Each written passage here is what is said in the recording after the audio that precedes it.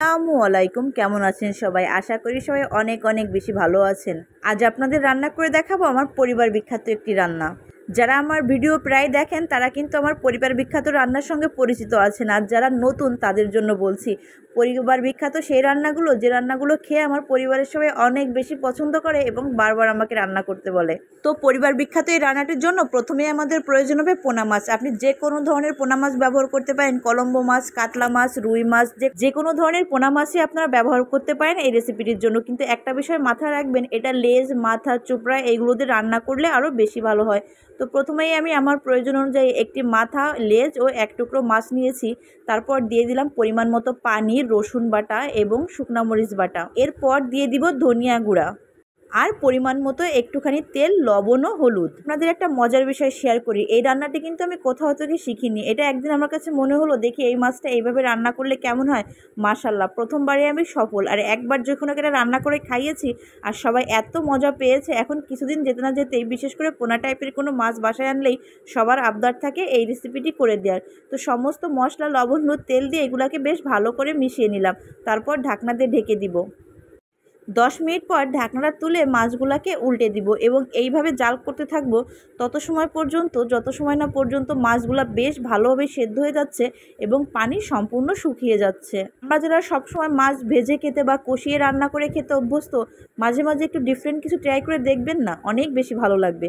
মাছগুলোকে উল্টে পাল্টে দিয়ে আবার ঢাকনা দিয়ে ঢেকে দিলাম। আর এইদিকে আমি তরকারি কুটে নিয়েছি। এই মাছের মধ্যে আজ দিব মেটে আলু। আর এই মেটে আলুগুলো আমাদের বাড়িতেই চাষ করা। আলহামদুলিল্লাহ, এইগুলো চাষ করেছেন আমার আব্বু। আমার আব্বু ছোটোখাটো এই ধরনের কাজ করতে অনেক বেশি পছন্দ করে, গাছ লাগানো, সবজি লাগানো। আর আল্লাহর রহমতে ওনার হাতে অনেক জোশ আছে, অনেক সুন্দর হয় সেই জিনিসগুলা। কথা বলতে বলতে দেখতেই পেলেন মাছগুলা বেশ পানি শুকিয়ে গেছে এবং মাছ থেকে তেল ছাড়তে শুরু করেছে। এই পর্যায়ে মাছগুলাকে নামিয়ে নিলাম। এরপর কড়াইতে দিয়ে দিলাম পরিমাণ মতো তেল এবং পেঁয়াজ এবং কাঁচামরিচ। পর দিয়ে দিলাম পরিমাণ মতো গোটা জিরে। আপনারা হয়তো খেয়াল করেছেন এই রান্নার শুরুতে কিন্তু আমি জিরা ব্যবহার করিনি। যতটা জিরা আপনি ব্যবহার করতে চাচ্ছেন সেটা এই পর্যায়ে এইভাবে গোটা দিয়ে দিবেন। এটা স্বাদই অন্যরকম, ফ্লেভারটা মারাত্মক ভালো আসে। পেঁয়াজ, রসুন এবং জিরাগুলো খুব ভালো করে লালচে করে ভেজে নিব। লালচে করে ভাজা হয়ে যাওয়ার পর দিয়ে দিলাম কেটে রাখা আলু। এবার দিয়ে দিব পরিমাণ মতো লবণ ও হলুদ। এবার এটাকে এইভাবেই কষাতে থাকবো 5 থেকে 7 মিনিট। আলুগুলো আমাদের বাসার সবাই অনেক বেশি পছন্দ করে, আর এগুলা কিন্তু আমরা বাইরে থেকে তেমন একটা কিনে খাই না, যেহেতু এগুলো আমাদের বাড়িতেই হয়। যদিও বা কখনো কিনে খাই, সেগুলোর টেস্ট একদমই ভালো লাগে না, হয়তো শক্ত থাকে, না হলে একটা বটকা গন্ধ আসে, ভালো লাগে না খেতে। কিন্তু আল্লাহর রহমতে আমাদের আলুগুলো অনেক বেশি টেস্টি। এটা এতটা সুস্বাদু টেস্টি হওয়ার কিন্তু আরেকটা কারণ আছে, কারণ এতে আছে আমার আব্বুর পরিশ্রম ও ভালোবাসা।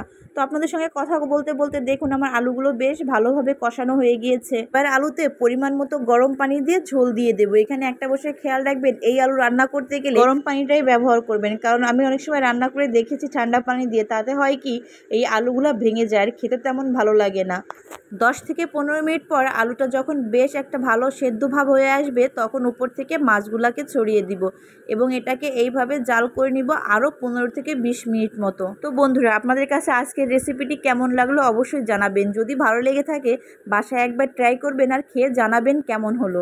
আলহামদুলিল্লাহ, আমার আলুর তরকারি প্রায় হয়ে এসেছে। এবার এটাকে নামিয়ে নিব। এই আলুর তরকারি রান্না করতে গেলে একটা বিষয় মাথায় রাখবেন, যে পানি একটু বেশি থাকতেই নামিয়ে দিবেন, কারণ ঠান্ডা হয়ে গেলে এটা বেশ জমে ঝোলটা কমে যাবে।